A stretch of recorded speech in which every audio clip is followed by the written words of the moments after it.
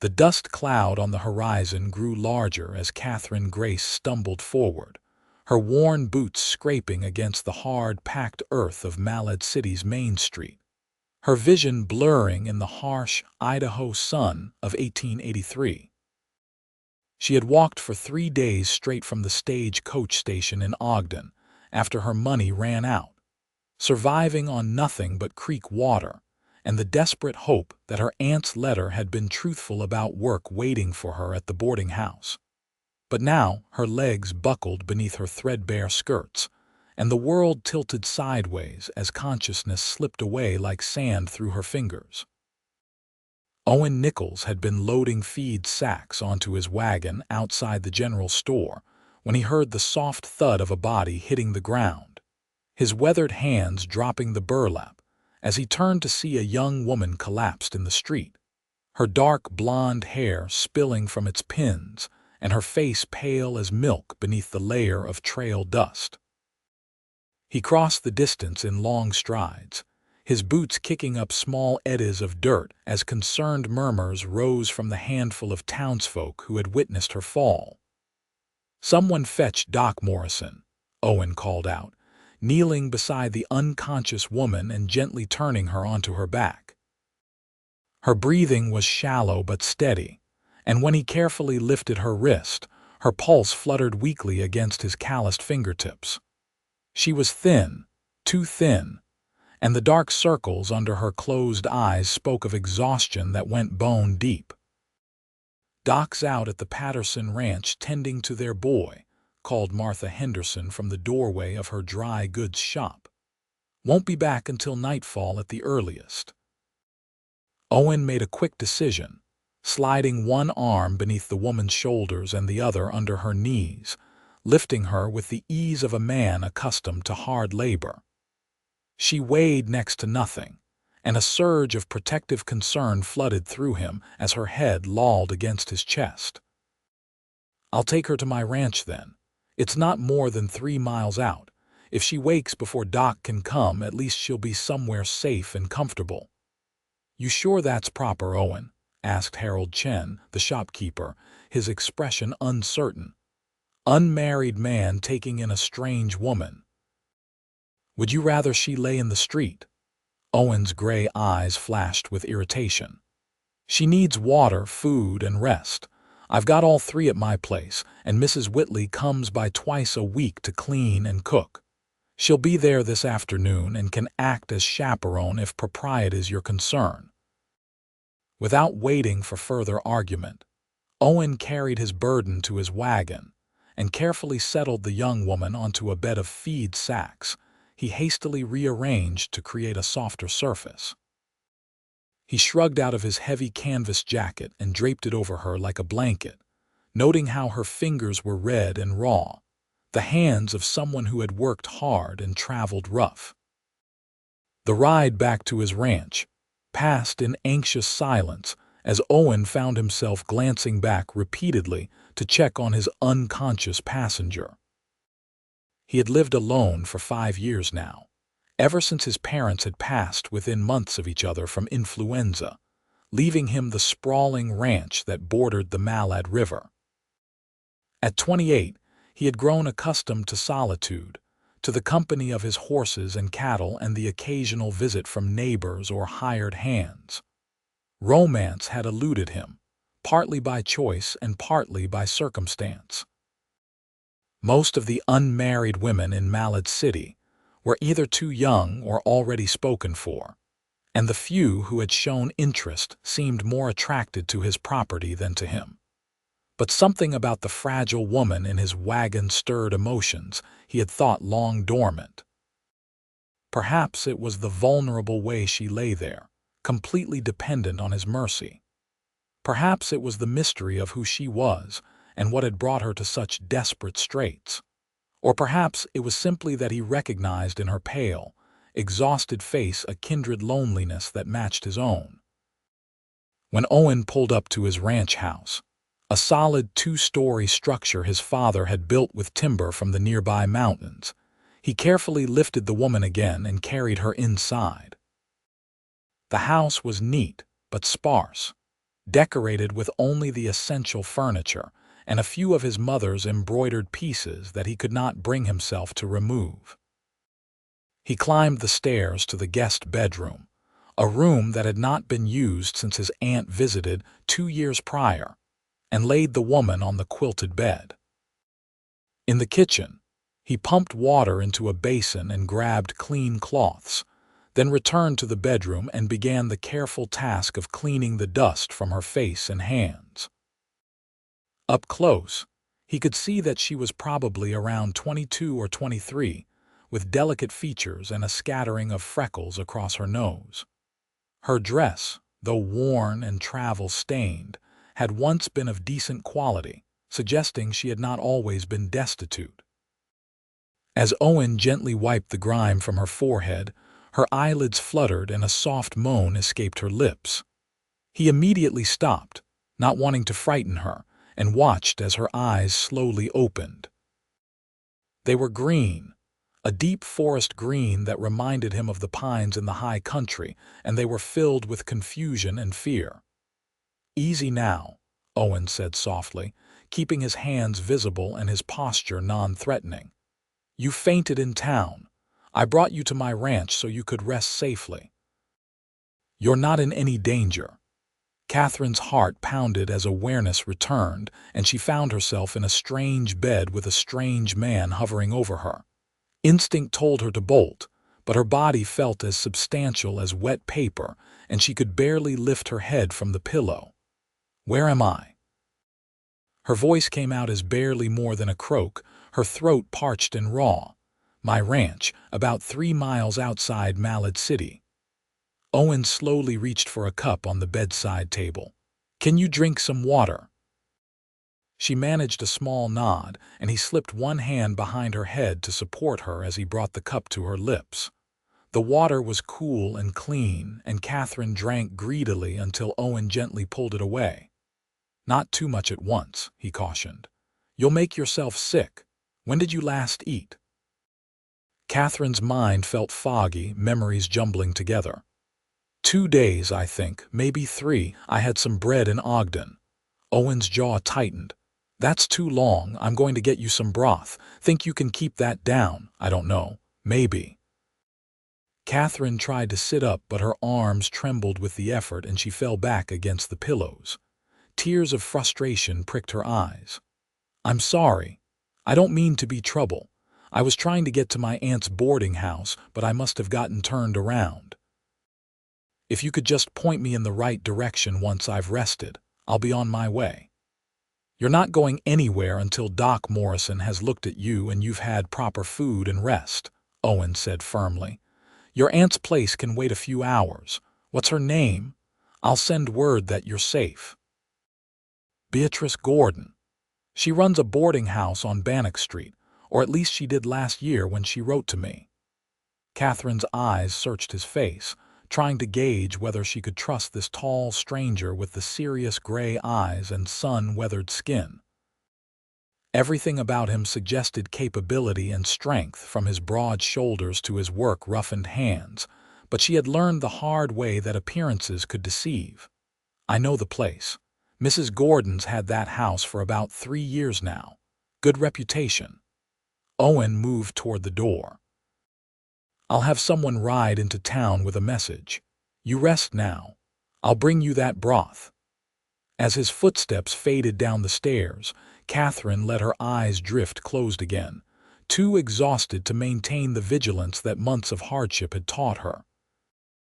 When she woke next, afternoon light was slanting through the lace curtains, and a plump, motherly woman with silver-streaked brown hair was sitting in a chair beside the bed, working on some mending.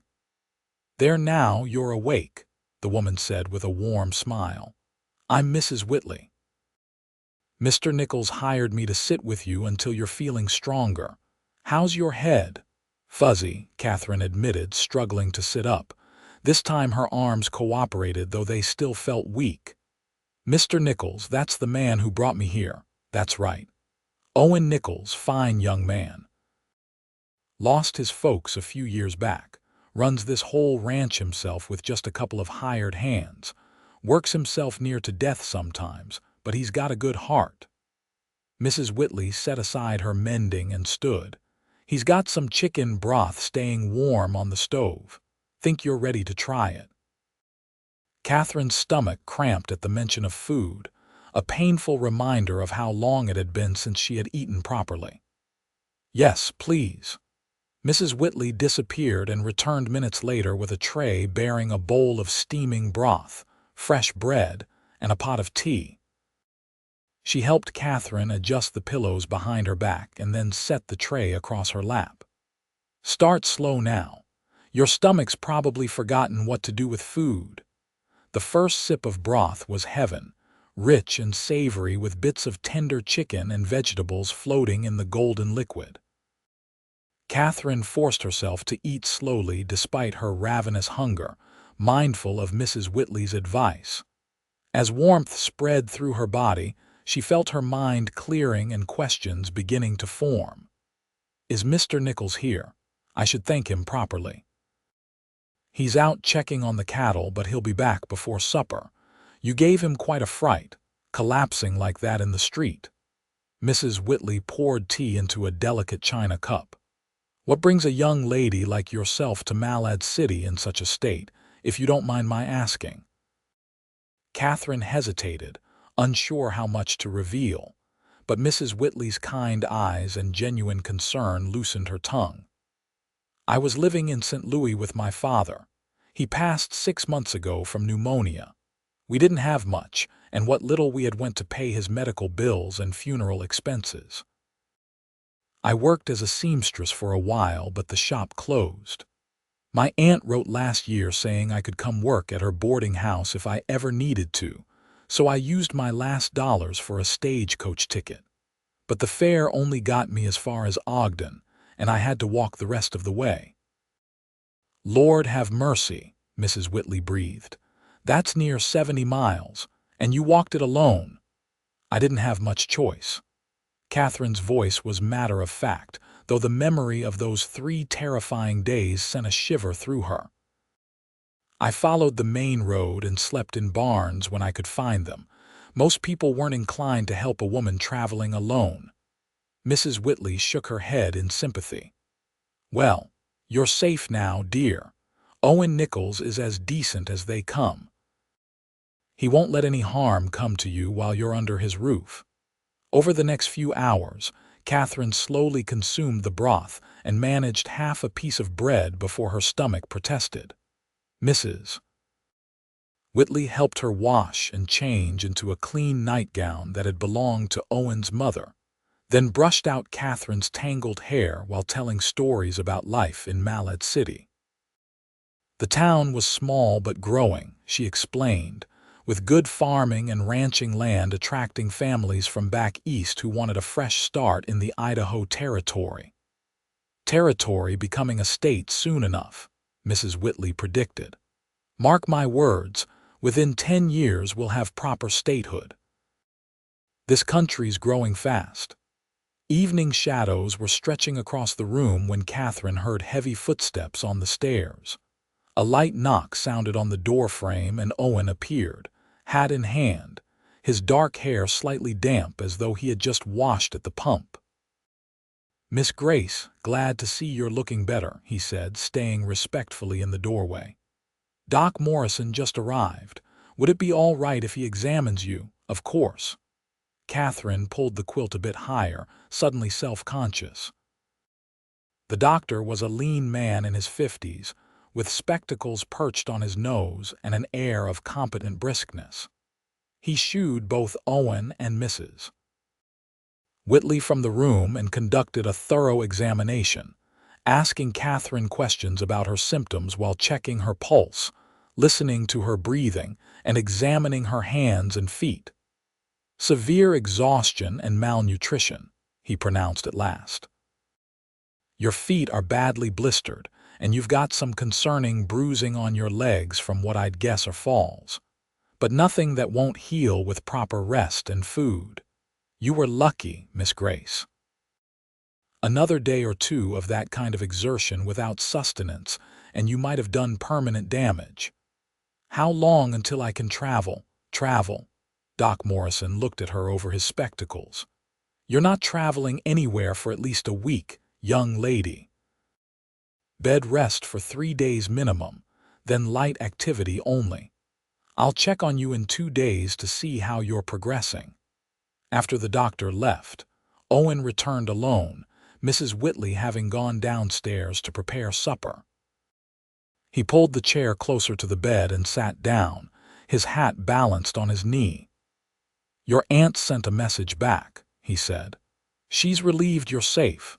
Says the boarding house is full up right now, but she's getting a room ready for you, should be available in about a week. She also said to tell you she's sorry she couldn't meet you in town, but she's been dealing with a difficult guest situation." Katherine felt tears welling up, overwhelmed by the kindness of strangers and the relief that her aunt's offer had been genuine. "Thank you, Mr. Nichols, for everything. I don't know how I'll ever repay you." "No repayment needed," Owen said quietly. "You were in trouble and I helped. That's just being human." He paused, then added with a slight smile, "Though I'll admit, my days don't usually involve rescuing unconscious women from the street." "You certainly made things interesting." Despite her exhaustion, Katherine found herself smiling back. "I'll try to be a less dramatic guest for the remainder of my stay. Take all the time you need to recover. This house has plenty of room and Mrs. Whitley's happy for the company. Between you and me, I think she gets bored just cleaning and cooking for a bachelor who barely notices what he's eating." Over the following days, Katherine slowly regained her strength under Mrs. Whitley's attentive care. Owen kept a respectful distance, checking on her progress each morning and evening but otherwise occupying himself with ranch work. Yet Katherine found herself listening for his footsteps, looking forward to those brief visits when he would sit in the chair beside her bed and tell her about his day or ask gentle questions about her life. She learned that he had grown up on this ranch, the only child of parents who had emigrated from Missouri in the 1850s, seeking opportunity in the West. His father had taught him everything about raising cattle and horses, about reading the weather and the land, about being self-sufficient in a place where the nearest neighbor was miles away. His mother had ensured he could read and write and cipher, using books she had brought across the plains in their covered wagon. "She made sure I understood that being a rancher didn't mean being ignorant," Owen said one evening as Katherine sat propped against pillows, her color finally returning to normal. "She'd quiz me on Shakespeare while we were mending fences. Insisted I learn proper grammar even when I protested that cows didn't care how I talked." Katherine laughed, the sound surprising her with its genuine warmth. She had not laughed in months. "She sounds like a remarkable woman." She was. Owen's expression grew distant. "Lost her to influenza the winter of '78. My father followed 3 months later. Doc said it was pneumonia, but I think he just didn't want to keep going without her. They were like that, so connected that one couldn't really exist without the other." "That must be a rare thing," Katherine said softly. "True love like that. I'd like to think it's not as rare as people believe. Just takes finding the right person." Owen's eyes met hers and held for a moment before he looked away, clearing his throat. "Anyway, I should let you rest, Mrs. Whitley left supper on the warming shelf if you get hungry later." After he left, Katherine lay in the gathering darkness, thinking about the quiet rancher who had saved her life. There was something solid and reassuring about Owen Nichols, a fundamental decency that shone through his reserved demeanor. She found herself noticing little things. The way he was always gentle with the ranch dogs that followed him everywhere, how he never raised his voice even when frustrated, the careful attention he paid when someone was speaking to him. On the 4th day, Doc Morrison declared her well enough to be up and about for short periods. Katherine dressed in one of the spare dresses Mrs. Whitley had brought from town, purchased with money Owen had provided against Katherine's protests. "Consider it an advance on your wages," he had said firmly. "Once you're working for your aunt, you can pay me back if it makes you feel better." The dress was simple calico in a soft blue that Mrs. Whitley said matched her eyes, and as Katherine made her way carefully down the stairs, gripping the banister, she felt almost human again. The main floor of the ranch house was more spacious than she had imagined, with a large front room containing a stone fireplace, comfortable if worn furniture, and shelves lined with books. The kitchen was sunny and well-equipped, and through the windows she could see the barn and corrals where several horses stood swishing their tails in the morning light. Owen was at the kitchen table working on accounts when she appeared, and he immediately stood, his chair scraping against the wooden floor. "Miss Grace, should you be up?" Doctor's orders, though only for short periods. Katherine moved to the window, drawn by the view. "Your ranch is beautiful, Mr. Nichols. Please call me Owen. We're past formality at this point." He joined her at the window. "My father chose this spot because of the river access and the natural grazing land. We run about 200 head of cattle and I breed horses on the side. Nothing fancy, but they're good working stock and they sell well. It must be a lot of work for one person. I've got 2 hands who help out, brothers named Jack and Samuel Porter. They're over at the line shack right now watching the northern pastures. Good men, reliable." Owen glanced at her. "Do you feel up to sitting outside for a bit? Fresh air might do you good."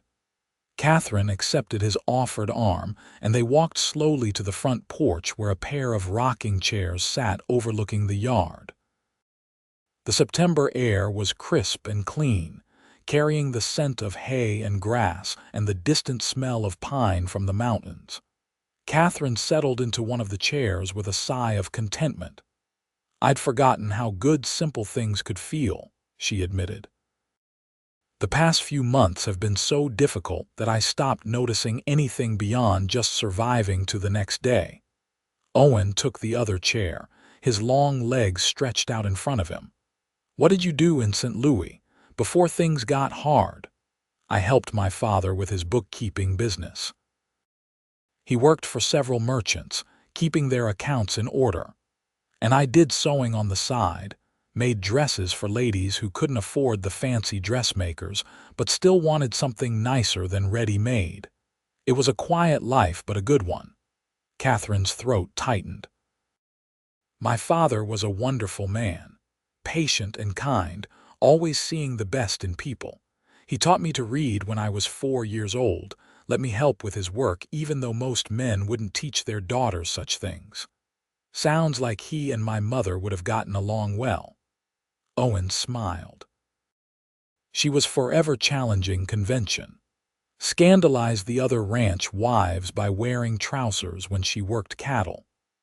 They talked for over an hour, their conversation flowing naturally from topic to topic, until Mrs. Whitley appeared and insisted Katherine come inside to rest. But the next day they repeated the pattern, and the day after that, until it became a comfortable routine. Each morning after Owen finished his early chores, he would join Katherine on the porch or in the front room, and they would talk while she worked on mending that Mrs. Whitley provided to keep her hands busy. Katherine found herself sharing things she had never told anyone, stories about her childhood, her dreams of one day having her own dress shop, her fears about what kind of life awaited her at the boarding house.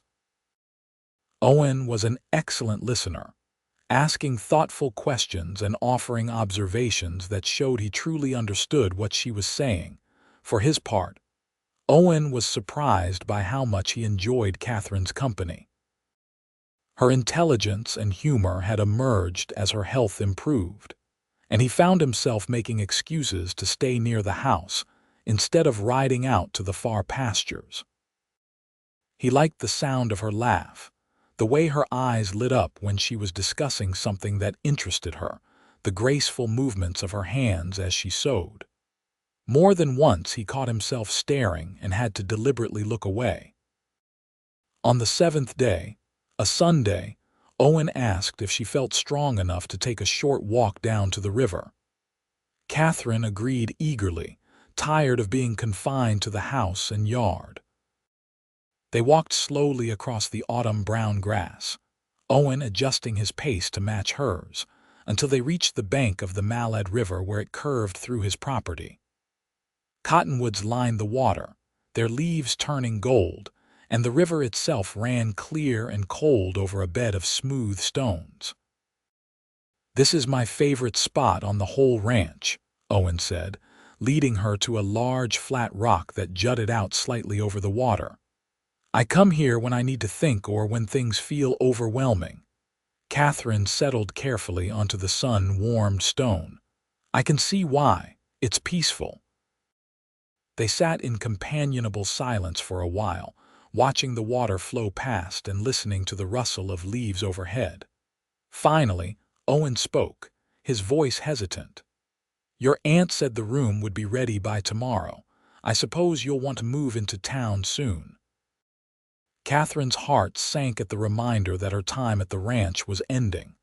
Over the past week, she had grown dangerously comfortable here, had allowed herself to imagine what it might be like to stay. But that was foolish fantasy. Owen had been kind to her out of basic decency, nothing more. "Yes, I suppose I should. I need to start earning my keep, and I've imposed on your hospitality long enough. You haven't been an imposition." Owen picked up a smooth stone and turned it over in his fingers. "Truth is, I've enjoyed having you here. House feels less empty with someone else in it." Something in his tone made Katherine look at him sharply. His profile was to her, his jaw set in that way she had learned meant he was working through something difficult. "I've enjoyed it too," she said quietly. "You've been very kind, Owen. More than kind. You saved my life and then gave me a safe place to heal. I'll never forget that." Owen turned to face her fully, his gray eyes intense. "Katherine, I need to say something, and I'm probably going to make a mess of it because I'm no good with words when it matters. But if I don't say it now, I'll regret it." Katherine's breath caught in her throat, her heart suddenly beating faster. "I know we've only known each other a week," Owen continued, "and I know you're planning to work for your aunt and build a new life here. But these past few days, talking with you, getting to know you, I've felt something I wasn't sure I'd ever feel. You're smart and strong and beautiful, and when I think about you leaving tomorrow, it feels like someone standing on my chest." He ran a hand through his hair in frustration. "I'm saying this all wrong. What I mean is, I'd like the chance to court you properly, if you're willing. I know I'm just a rancher and I don't have much to offer beyond this land and honest work, but I promise I'd do everything in my power to make you happy." Katherine stared at him, her mind whirling. She had sensed the growing connection between them but had not dared hope it meant anything beyond friendly comfort. Now here was Owen, this good man who had already shown her more kindness than anyone in months, offering her something she had thought forever beyond her reach. "Owen," she said, her voice shaking slightly, "you're not just anything. You're one of the finest men I've ever met. And yes, I'd very much like for you to court me." The smile that broke across Owen's face was like sunrise, transforming his normally serious features into something radiant. He reached out and took her hand, his calloused fingers gentle around hers. "I promise to do this right," he said. "We'll take our time, get to know each other properly. I'll come calling in town and we'll go on proper outings. And if somewhere down the road we both feel like this is right, well, then we'll see where things lead." Katherine squeezed his hand, feeling hope kindle in her chest for the first time since her father had died. "I'd like that very much." They sat by the river until the afternoon sun prompted their return to the house, hands clasped and hearts full of possibility. "Mrs. Whitley took one look at their faces when they came through the door and smiled knowingly, but said nothing, simply setting out afternoon tea and finding reasons to be busy in other parts of the house. The next morning, Owen drove Katherine into Malad City in his wagon, her small bundle of possessions beside her. The boarding house on Bannock Street was a neat two-story structure painted white with green shutters. Beatrice Gordon was a sturdy woman in her 50s with Katherine's same green eyes and a no-nonsense manner that reminded Katherine of her father. "There you are, child," Aunt Beatrice said, pulling Katherine into a firm hug.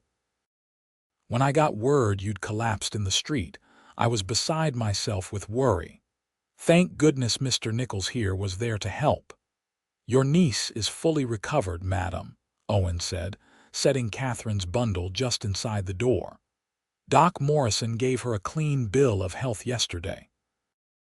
"Well, you have my deepest gratitude." Beatrice looked between Owen and Katherine, her sharp eyes missing nothing. "I trust Katherine was well cared for at your ranch." "Mrs. Whitley served as chaperone the entire time," Owen assured her. "Everything was proper and above board. In fact, I was hoping I might have your permission to call on Katherine here at the boarding house. With your supervision, of course." Beatrice's eyebrows rose, but her expression remained neutral. "That's so. And how do you feel about that, Katherine?" "I'd like it very much, Aunt Beatrice," Katherine said, feeling her cheeks warm. "Well, Mr. Nichols has always had a good reputation in town, and any man who'd taken a stranger in need speaks well of his character. I don't see why you couldn't call on Sundays after church, perhaps stay for dinner. But everything proper, you understand. I run a respectable establishment." "Yes, madam. Thank you, madam." Owen's relief was visible. He turned to Katherine. "I'll see you on Sunday then." "Sunday," Katherine confirmed, wishing they had more time but knowing this was how things had to be done properly. After Owen left, Aunt Beatrice showed Katherine to a small room on the second floor that would be hers.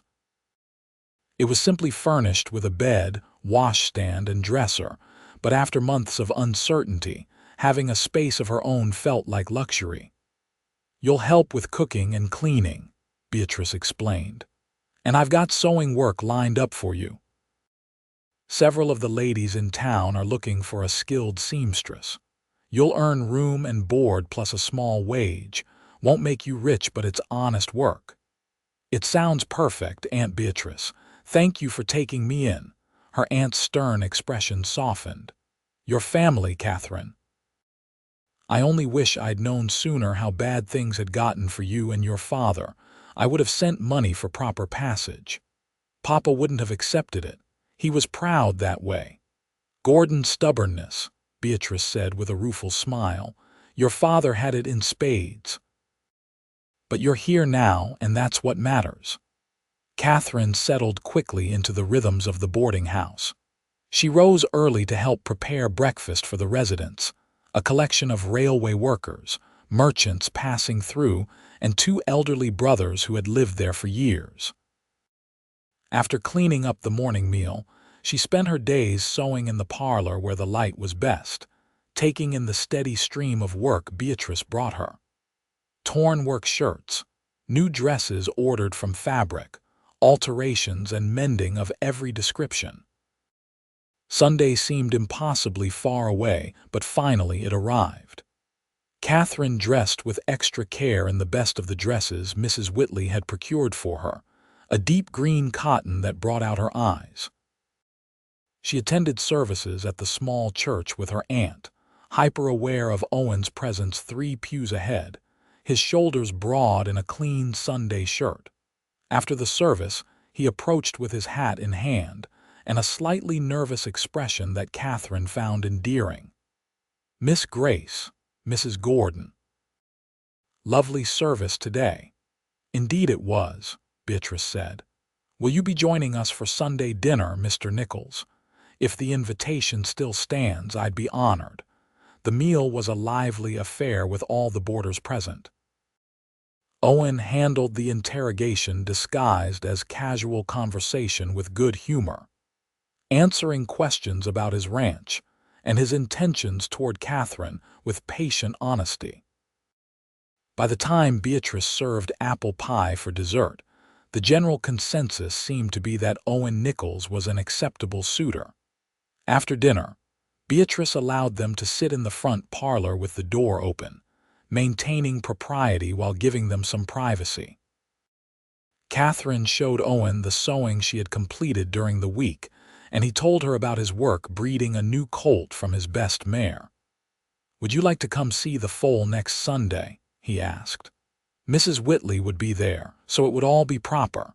I'd have you back before supper." Katherine agreed eagerly, and the next Sunday found her bouncing along in Owen's wagon toward the ranch that already felt like home. Mrs. Whitley greeted her with warm affection, and after a light lunch, Owen led Katherine out to the barn. The foal was a leggy bay with a white star on her forehead, all awkward energy and curiosity. Katherine laughed with delight as the baby horse nuzzled her hand looking for treats. "She's beautiful, Owen. She'll be a good working horse once she's trained, smart like her mother." He leaned against the stall door watching Katherine with the foal. "I've been thinking. About the future, I mean. About what I want." Katherine looked up at him, her heart beginning to race. It had only been 2 weeks since they met, but it felt like much longer, as though some essential part of her had been waiting for him all along. "I want to do this properly," Owen continued. "Court you the right way, give us time to be sure. But Katherine, I need you to know that I'm already sure. From that first day when I picked you up in the street, something in me recognized something in you. Does that sound crazy?" "No," Katherine whispered, "because I felt it too." Owen reached out and tucked a strand of hair behind her ear, his touch feather light. "Then we'll do this at whatever pace feels right to you. No rush, no pressure. I'll wait as long as you need." But as autumn turned to winter, it became clear that neither of them wanted to wait long. Owen called on Katherine every Sunday without fail, and on Wednesday evenings when Beatrice allowed it. They took walks when the weather permitted, sat by the fire in the boarding house parlor when it did not, and talked endlessly about everything and nothing. Owen began bringing Katherine out to the ranch more frequently, always with Mrs. Whitley present, and Katherine found herself learning about ranch life. She helped Mrs. Whitley prepare meals using the ranch's provisions, learned to feed the chickens and collect eggs, watched from the corral fence as Owen worked with his horses. The ranch hands, Jack and Samuel Porter, proved to be friendly young men in their 20s who treated Katherine with respect and obvious approval. It was clear they thought Owen's choice of sweetheart was a good one. "Haven't seen the boss this happy in years," Samuel confided to Katherine one afternoon while Owen was showing her the root cellar. "He works too hard, always has. Needs someone to remind him there's more to life than cattle and horses." By December, when the first serious snow began to fall, Owen and Katherine had been courting for 3 months. On a Sunday afternoon just before Christmas, Owen asked Beatrice's permission to take Katherine on a longer drive out to his ranch.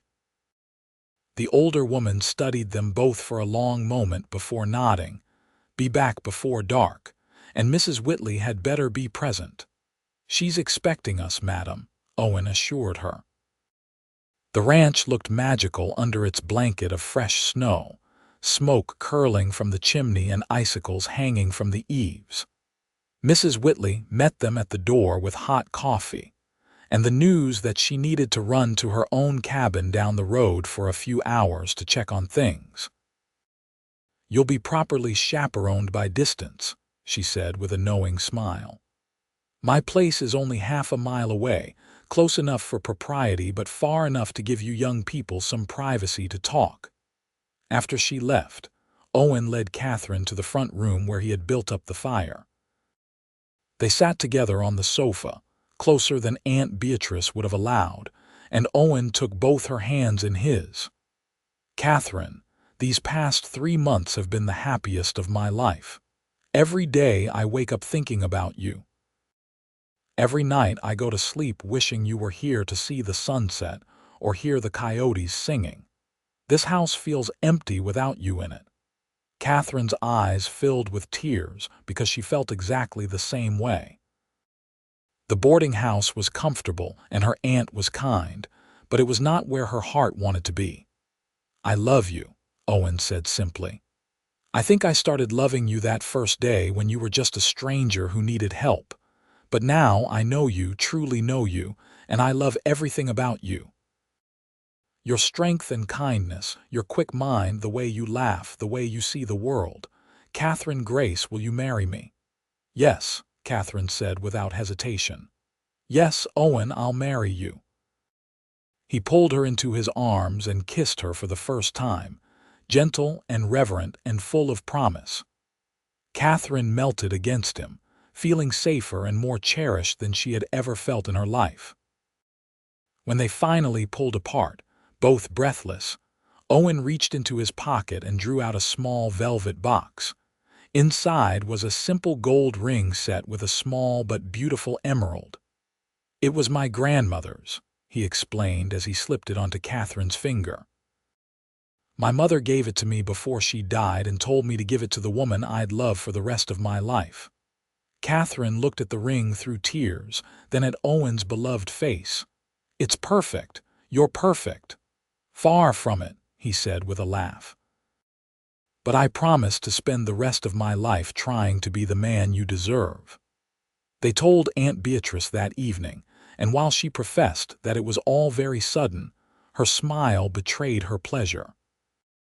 Announcements were made, and the wedding was set for late January to give Katherine time to make her dress, and the town time to prepare for what would be one of the winter's few celebrations. Katherine threw herself into sewing her wedding dress, a beautiful creation of cream silk that she worked on late into the night. Owen spent his evenings at the boarding house when he could, and when the weather kept him at the ranch, he wrote Katherine letters that she treasured, reading them over and over by candlelight. The wedding took place on a bright January morning in 1884, cold but beautifully clear. The small church was packed with townspeople who had come to wish the couple well. Katherine walked down the aisle on Aunt Beatrice's arm, her eyes fixed on Owen's face as he watched her approach. He looked handsome in a new suit, his expression full of wonder as though he could not quite believe this was happening. The ceremony was simple but meaningful, their vows spoken with steady voices and full hearts. When the minister pronounced them husband and wife, Owen kissed Katherine to the applause and cheers of the congregation. The celebration afterward at the boarding house was joyful, with food and dancing and toasts to the happy couple. As the afternoon waned and guests began to depart, Owen helped Katherine into the wagon for the journey to their ranch, their home. The house was warm when they arrived, Mrs. Whitley having been there earlier to prepare things, and then discreetly disappearing. Owen carried Katherine over the threshold, both of them laughing at the tradition, and set her down gently in the front room. "Welcome home, Mrs. Nichols," he said softly. Katherine looked around at the house that was now hers, at the man who was now her husband, and felt a joy so complete it almost frightened her. 5 months ago she had been alone and desperate, collapsing in a dusty street with no hope in sight. Now she had everything she had ever dreamed of and more. "Take me upstairs, husband," she whispered. Owen's eyes darkened and he swept her up again, carrying her to the bedroom they would now share.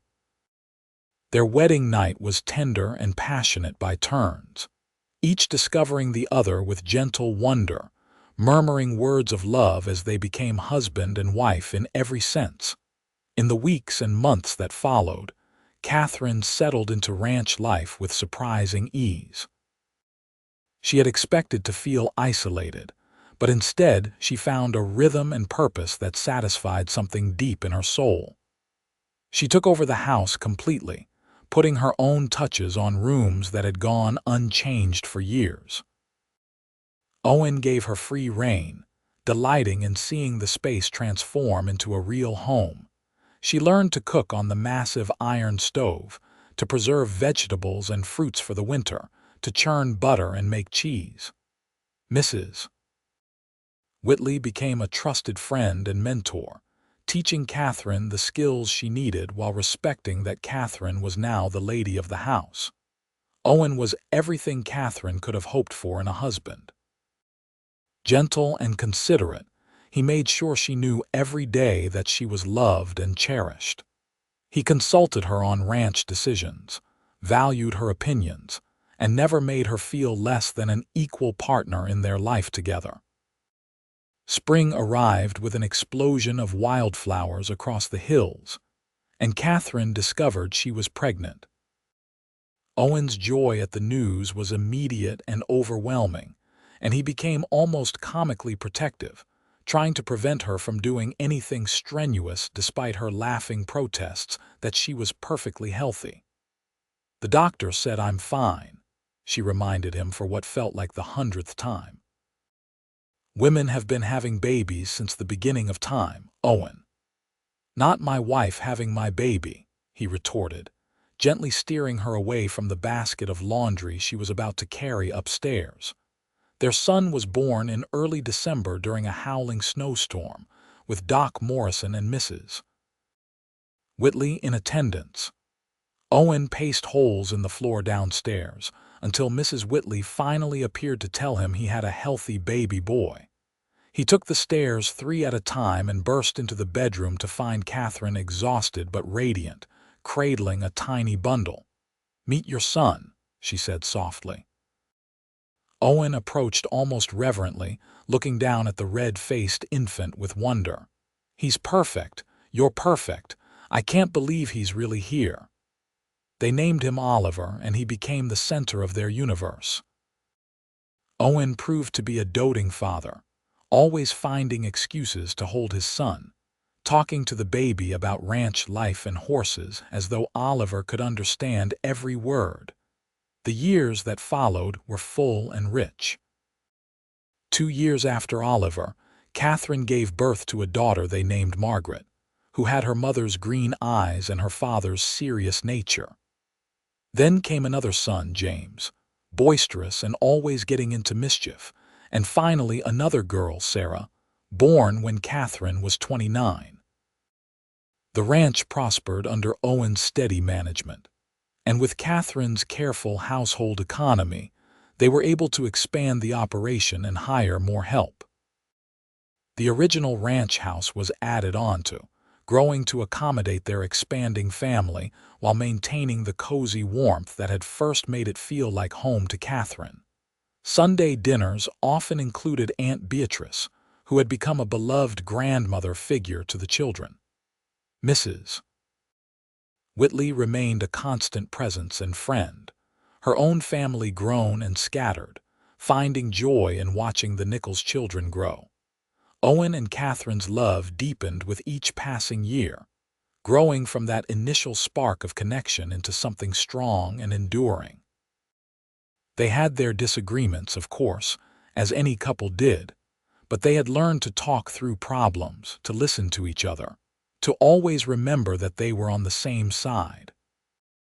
On their 10th wedding anniversary, Owen took Katherine back to the spot by the river where he had first told her he wanted to court her. The children were spending the day with Aunt Beatrice, giving them a rare afternoon alone. 10 years, Owen marveled, his arm around Katherine as they sat on the same flat rock. "Sometimes it feels like just yesterday. Sometimes it feels like I've loved you my entire life." Katherine leaned into his shoulder, watching the water flow past just as it had a decade earlier. She thought about that desperate, exhausted young woman who had collapsed in the street, about how she could never have imagined the beautiful life that awaited her. "I was so lost when I came here," she said quietly. I thought my life was over, that I'd never have anything beyond basic survival. And then you found me. We found each other, Owen corrected. You saved me just as much as I saved you, Katherine. This ranch was just a place I worked before you came. You made it a home. You made me complete. They sat until the sun began to set, painting the sky in shades of gold and pink, then walked hand in hand back to the house where their children's laughter could be heard even before they reached the door. The years continued to pass in the way they do for happy families, each one bringing its own joys and challenges. Oliver grew into a young man who loved the ranch as much as his father did, learning everything Owen could teach him about ranching and horses. Margaret proved to have her mother's gift for sewing and an artistic eye that led her to design beautiful quilts that won prizes at the county fair. James kept them all entertained with his jokes and pranks, his sunny nature making everyone around him smile. And Sarah, the baby, grew into a thoughtful young girl who loved books and learning, reminding Owen of his mother. As Idaho finally achieved statehood in 1890, the Nichols family celebrated along with the rest of the territory. The children were growing, the ranch was thriving, and Owen and Katherine had built a life together that exceeded their wildest dreams. On a warm summer evening in 1894, Owen and Katherine sat on the porch watching the sunset, the same rockers they had sat in, when Katherine first began to recover, now weathered by years of use. Their children were all inside, the older ones helping the younger with evening chores, their voices a pleasant background hum. "You ever think about that day?" Owen asked. "The day I found you in the street," Katherine smiled, reaching over to take his hand. "I think about it all the time. How terrified I was, how certain I was that I had reached the end of everything. And then there was you." "Best day of my life," Owen said firmly. "The day I found my future lying in the dust of Malad City." "That's not romantic at all," Katherine laughed. "Maybe not, but it's true." He raised her hand to his lips and kissed it gently. "Every good thing in my life started that day. Our children, this family, the home we've built together. All of it began because you were brave enough to keep walking when anyone else would have given up. I was desperate, not brave. You were both, and you still are in the best possible way. You're the bravest person I know, Katherine Nichols." As the stars began to emerge in the darkening sky, they sat in comfortable silence, hands clasped, hearts full. The life they had built together was not without its hardships or sorrows, but it was theirs, and it was good. Inside the house, their children's laughter rang out over some shared joke. The horses in the corral shuffled and whinnied their goodnights. The river in the distance murmured its endless song. And Owen and Katherine sat together, exactly where they were meant to be, knowing that the best decision they had ever made was choosing each other on that long-ago day when fate had brought them together in the most unlikely of ways. The future stretched ahead of them full of promise, their love the foundation upon which everything else was built. They had found in each other not just romance but true partnership, not just passion but deep and abiding friendship. They had created a family, a home, a legacy that would endure long after they were gone. As they finally rose to go inside, Owen pulled Katherine close for a long moment, breathing in the familiar scent of her hair, feeling the solid reality of her in his arms. "I love you," he whispered. "More today than yesterday, but not as much as tomorrow." "And I love you," Katherine replied, her arms tight around him, "always and forever." They walked into their home together, into the warmth and light and love that filled every corner, grateful for the twist of fate that had brought them together, and the choice they had made to build this beautiful life side by side. Years continued to pass in contented succession. Oliver married a kind young woman from town, and began building his own house on the northern portion of the ranch that Owen deeded to him. Margaret fell in love with a teacher who had moved to Malad City from Boston, a gentle man who supported her artistic ambitions. James, true to his adventurous nature, announced he wanted to become a veterinarian and left to study in Boise, promising to return and help care for all the animals in the valley. Sarah showed every sign of becoming a teacher herself, her love of learning never dimming. Owen and Katherine became grandparents when Oliver's wife gave birth to a baby boy, and they marveled at how the cycle continued, how their love had created not just their own family but new families that would carry forward into the future. As they grew older, their roles on the ranch shifted.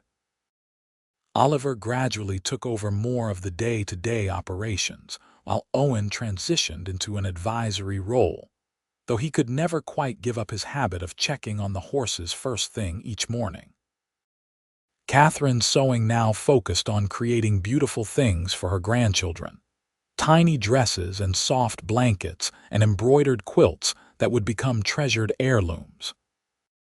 On their 25th wedding anniversary, their children arranged a celebration that brought together friends and family from all over Idaho. The party was held at the ranch, with tables set up in the yard and lanterns strung from the trees. As the evening wore on and stories were shared, toasts were made, Owen stood and raised his glass.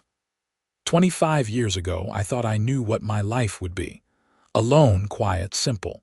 And then this woman, this remarkable woman, quite literally fell into my life.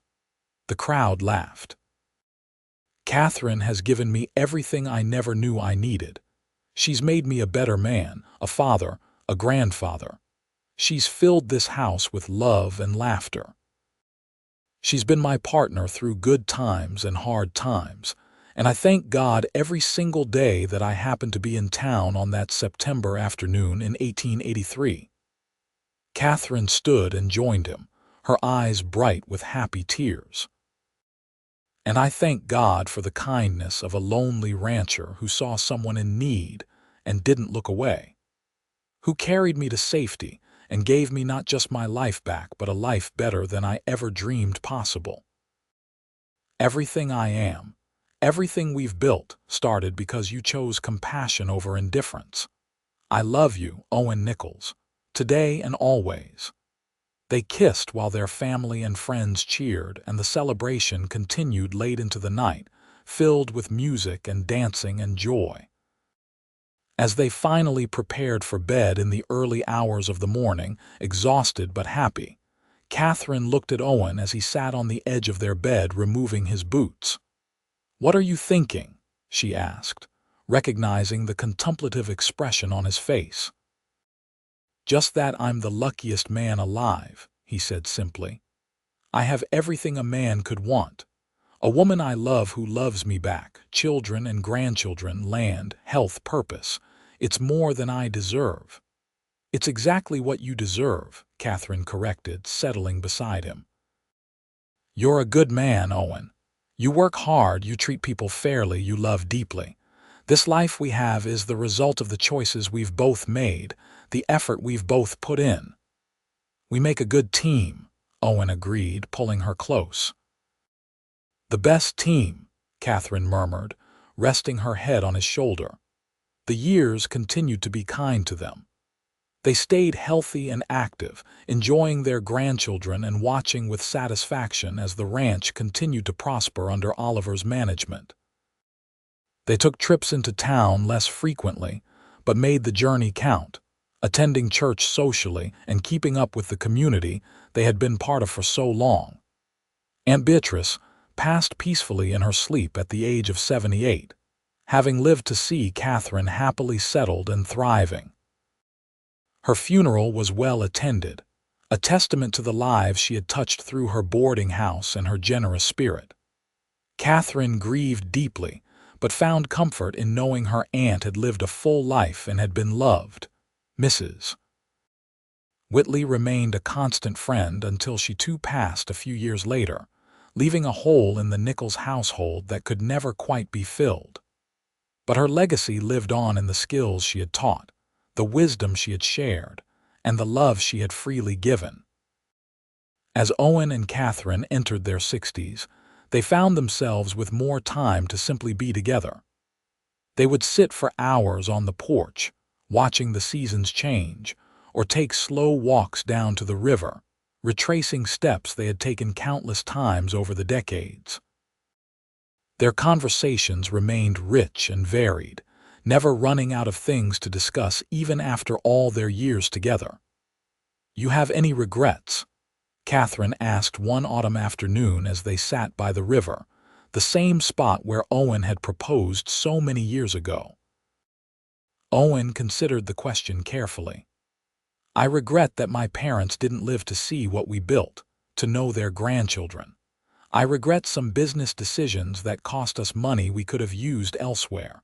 I regret times when I was short-tempered or impatient with the children." He looked at her. "But I don't regret anything about us. Not a single moment. You, the same. I wish my father could have known you, could have seen me happy. I wish I had been wiser about some things, more patient about others, but us. Never. Marrying you was the best decision I ever made." They sat in comfortable silence, the years sitting lightly on their shoulders despite the gray in their hair and the lines on their faces. They had weathered storms, both literal and figurative, had faced losses and celebrated triumphs, and through it all their love had remained constant. By the time they reached their 70s, Owen and Katherine had 8 grandchildren and had just welcomed their first great-grandchild, a baby girl born to Oliver's oldest son. The ranch house was often full of visiting family. 3 and sometimes 4 generations gathered around the big table that Owen had built larger over the years to accommodate everyone. On a spring morning in 1914, 30 years after their wedding, Katherine woke to find Owen already up and dressed, sitting in the chair by the window and watching the sunrise. "You're up early," she said, joining him and perching on the arm of the chair. "Couldn't sleep. Too much on my mind." He pulled her into his lap, something he still did despite their age, and she settled against him with the ease of long practice. "I was thinking about everything we've seen, all the changes. We've lived through statehood, seen automobiles start appearing in town, watched the railroad expand. The world's different than it was when we married. But some things stay the same," Katherine said softly. "Love, family, the land. Those constants remain." "They do," Owen agreed, "and I'm grateful for them. Grateful for you most of all. You've been my constant, Katherine, my North Star. And you've been mine." She kissed his weathered cheek.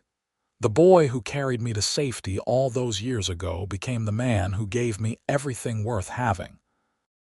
They spent that day together much as they had spent so many days before, checking on the horses, walking to the river, sitting on the porch and watching their great-grandchildren play in the yard. It was an ordinary day in the best possible way, filled with small moments and simple pleasures. As evening fell and they prepared for bed, Katherine looked at Owen and was struck by how much she still loved him, how the sight of him still made her heart feel full. 30 years of marriage had not dimmed that initial spark, but had instead transformed it into something deeper and more enduring than passion alone could ever be. "What?" Owen asked, catching her staring. "Just memorizing this moment," Katherine said. "You, me, this life we've built. I want to remember every detail." "We've got plenty of time for more moments," Owen assured her, though they both knew that at their age, time was becoming precious. They continued on for several more years, their family growing and their love remaining strong. When Owen finally passed at the age of 76 after a brief illness, Katherine was holding his hand. Their children and grandchildren gathered around. His last words were of his love for her, and he slipped away peacefully, his life complete. Katherine mourned him deeply, but also celebrated the incredible life they had shared. She lived for 3 more years, remaining on the ranch in the house they had made together, surrounded by family and memories. She spent her days sewing for her great-grandchildren, telling stories about their grandfather, and sitting on the porch watching the sun set over land that Owen had loved. When Katherine passed at 79, she was laid to rest beside Owen in the cemetery overlooking Malad City, their graves side by side just as they had been in life. Their headstone bore simple words that told their story: together in life, together in eternity. The ranch remained in the family, passing to Oliver and eventually to his children and grandchildren, each generation adding their own chapter to the story, while honoring the foundation that Owen and Katherine had laid. The house was preserved as much as possible, with the porch rockers that Owen and Katherine had sat in for so many years becoming treasured family heirlooms. And sometimes, on quiet evenings, family members swore they could feel the presence of Owen and Katherine, as though their love had soaked so deeply into the land and the house that some echo of it remained. A reminder of what was possible when two people found each other against all odds and chose to build a life together based on love, respect, and unwavering commitment. Their story became part of family lore, told and retold to each new generation. The tale of how Katherine had collapsed in the street, exhausted and alone, and how Owen had carried her to safety, giving her not just shelter for a night but a home for a lifetime. It became a story about compassion, about second chances, about how a single act of kindness could ripple forward through time, creating waves of love and family that touched countless lives. The ranch continued to thrive. The river continued to flow, and the love story of Owen and Katherine Nichols lived on. Proof that true love, once found, never truly ends but becomes part of the fabric of the world, woven into the land and the memories and the hearts of those who come after. A legacy more valuable than gold and more enduring than time itself.